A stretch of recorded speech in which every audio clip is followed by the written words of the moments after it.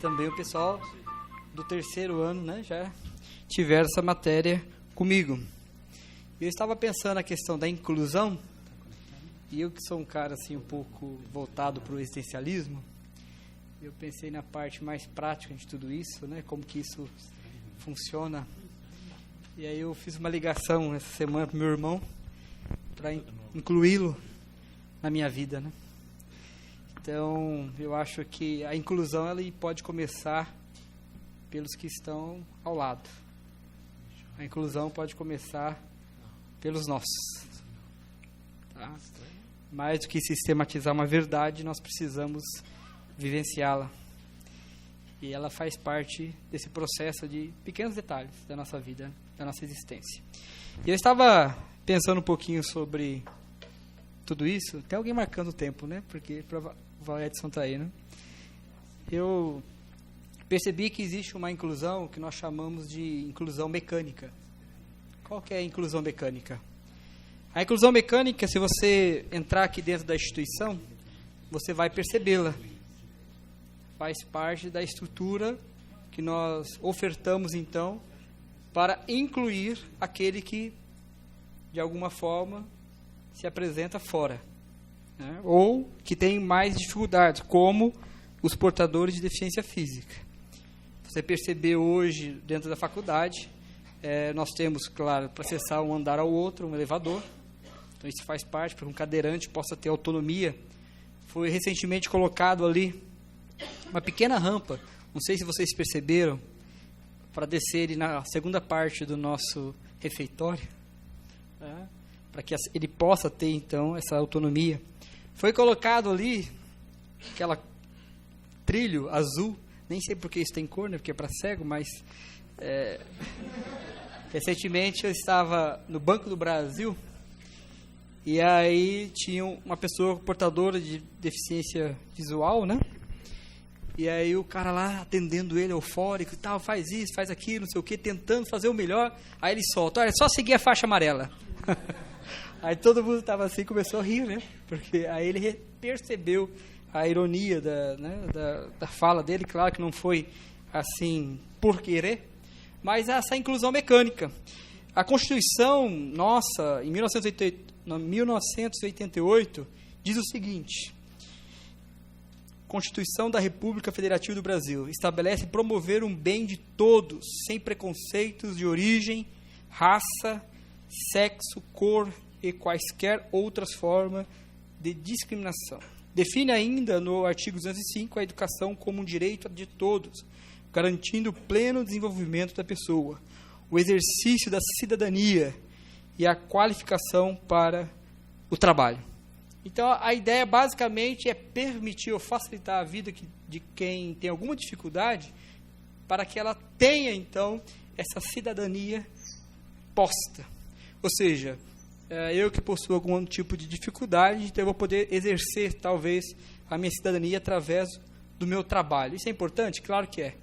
Não estou questionando aqui. Mas eu estava pensando um pouquinho sobre o que a Bíblia diz sobre isso, e talvez eu comece a minha fala por aí.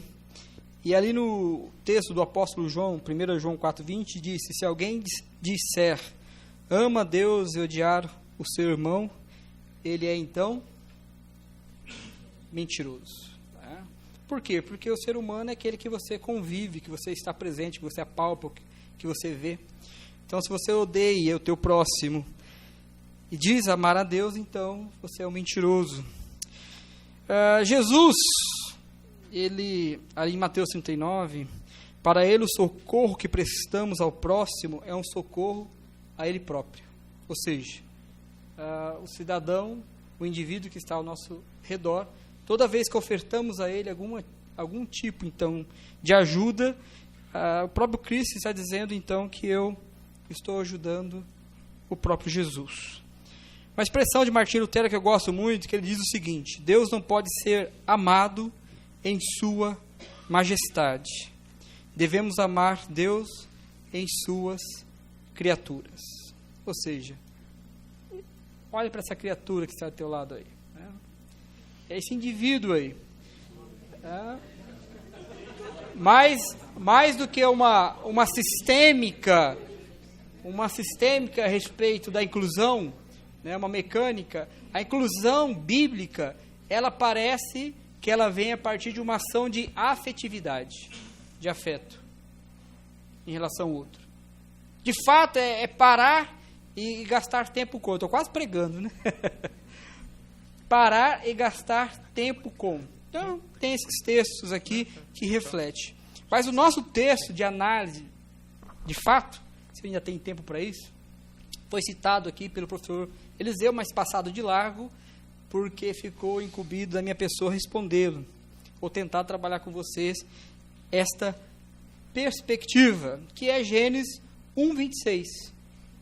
Todos acho que conhecem, ou pelo menos a grande maioria conhece o texto, que é: façamos o homem conforme a nossa imagem e semelhança. Façamos o homem. Se você percebe ali, o verbo ele está no plural. É um verbo majestático, né? Nós sabemos disso, mas está ali Deus olhando para o ser humano e falando consigo mesmo, né? Me perdoe os unicistas aí de plantão, mas falando consigo mesmo sobre essa ideia de fazer o homem conforme a sua imagem e semelhança. Aí a grande pergunta que ressalta para nós que semelhança é essa? A qual nós somos a imagem. E se nós estamos falando da Trindade aqui, que nós somos a imagem e semelhança da Trindade, nós somos a imagem e semelhança de quem? Né? Do Deus Pai, do Deus Filho, do Deus Espírito Santo, né? De quem?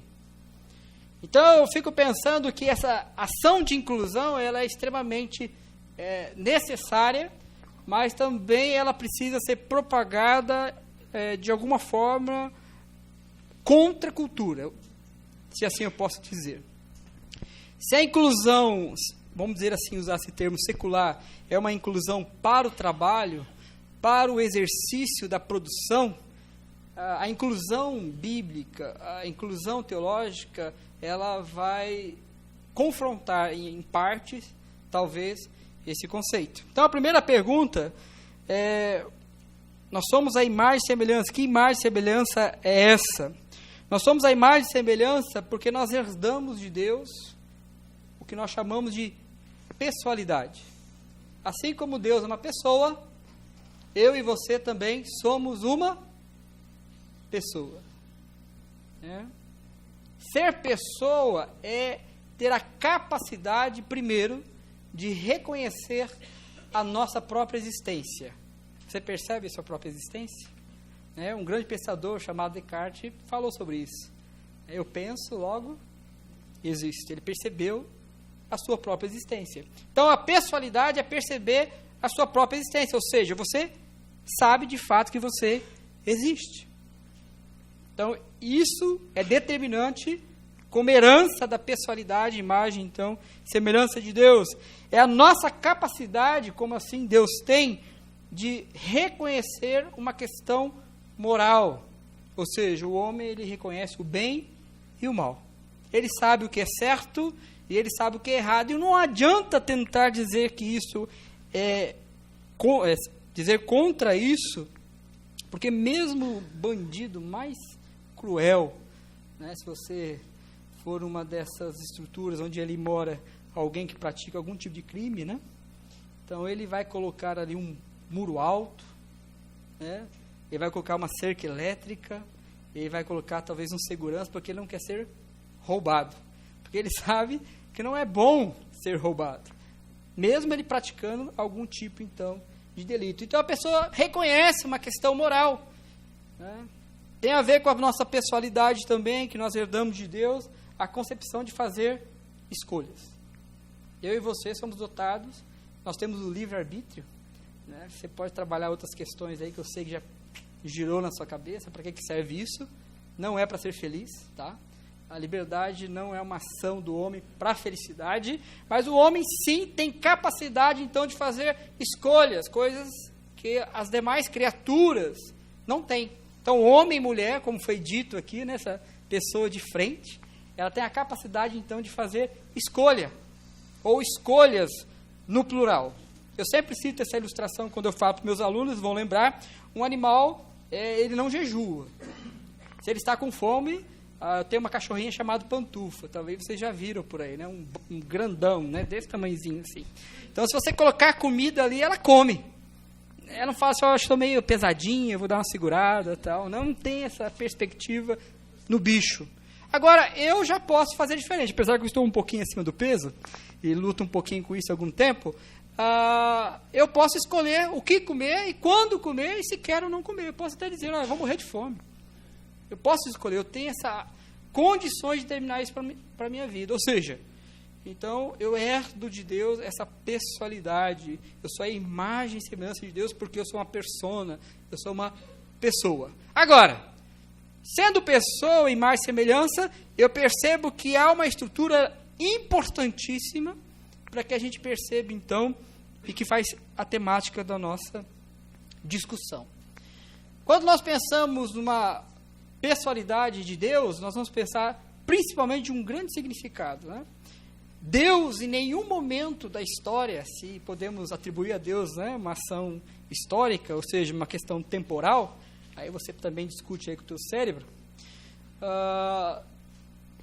Deus nunca, jamais, na sua existência, né, eterna, foi um Deus solitário. Nunca, jamais, Deus foi um ser sozinho. Então, nós somos a imagem, nós somos a imagem e semelhança de um Deus que é relação. Você consegue perceber isso? Você consegue perceber que nós proclamamos uma religião monoteísta, mas aonde há uma pluralidade? Então, a teologia sistemática, o primeiro teologia sistemática 1, que vai debater isso, ela tem essa perspectiva de pautar sobre a triunidade de Deus. Nós sabemos que a teologia sistemática... 2 minutos, mas estou num terço da palestra, mas tudo bem. Nós sabemos que a teologia sistemática não é simplesmente uma síntese bíblica, né? Ela vai além das estruturas bíblicas, porque ela percebe a própria história, ela percebe a própria filosofia, ela percebe, então, as outras ciências, para que a gente possa, então, fazer esse conhecimento funcionar. Então, dentro da teologia sistemática, nós vamos trabalhar a questão da triunidade. Nós vamos perceber, então, esse Deus triuno, que é uma relação. Então, nós somos a imagem de Deus, que é um Deus o quê? Relacional. E quando nós olhamos para essa relação trinitária, nós percebemos algo muito interessante, que é um relacionamento de autodoação. Então, a inclusão, ela começa a passar na perspectiva de você se aproximar dos seus semelhantes sem nenhum tipo de interesse. Sem nenhum tipo daquilo que Beltrano ou fulano, então, ele pode me oferecer. Dentro de uma estrutura de inclusão, nós queremos, então, satisfazer a necessidade do mercado, ou seja, a gente quer produzir para ter algum tipo, então, de benefício. Mas dentro dessa relação trinitária, a qual nós somos imagem e semelhança de Deus, há uma relação simplesmente de entrega, de estar atuando em pura afetividade. Então, está acabando meu tempo, né? Já acabou? Eu só queria citar um texto aqui, que não... Eu peço perdão porque... Esse tema, eu sempre falo que tema escolhe a gente, né? Quando eu fui fazer minha monografia sobre, lá no seminário ainda, eu falei sobre a unidade da igreja, um livro que me inspirou foi esse carinha aqui, ó, Caminhos do Coração, O Caminho do Coração, né? Que é um caminho só, O Caminho do Coração, do Ricardo Barbosa de Souza. E ele trabalha essa questão da trindade relacional, ou seja, a trindade para a igreja. E pensando nisso aqui, eu queria sintetizar rapidamente, daí eu encerro, uma fala aqui, 2 falas, na verdade, que diz o seguinte: na relação trinitária, o essencial para estabelecer as relações intrapessoais, não é o ter, ou seja, alguma coisa, mas sim o amor desinteressado que entre si nutrem as 3 pessoas da Trindade. Então, esse é o padrão da Trindade para nós. Então, este amor é o princípio que estabelece as relações e resgata o sentido da vocação da igreja e da pessoalidade do cristão. Ao descobrir o ministério da Trindade, não teremos mais a necessidade de usar esta ou aquela grife, de ter este ou aquele diploma, de morar neste ou naquele bairro, de andar neste ou naquele carro. Na Trindade, nossas relações não são determinadas pelo ter, nem mesmo pelas experiências que acumulamos. O amor que nutrimos para com Deus e os outros determina o princípio e as bases do ser. Terminando, lá no CLAI, escrevi aqui, no Conselho Latino-Americano de Igrejas, foi dito o seguinte, presta atenção: o dia que o ser humano for capaz de colocar-se diante de uma mulher negra, pobre, velha, doente, prostituta, bissexual, aidética, e ainda assim conseguir perceber beleza e dignidade humana, e for capaz de relacionar-se com afeto e ternura, significa que conseguiu romper com os vícios criados por uma sociedade consumista e impessoal. Então está aí o grande desafio para nós. A inclusão bíblica, a inclusão teológica, ela vai contra a cultura. Simplesmente não uma inclusão de mercado, mas sim uma inclusão do ser. Deus abençoe. Professor Roberto.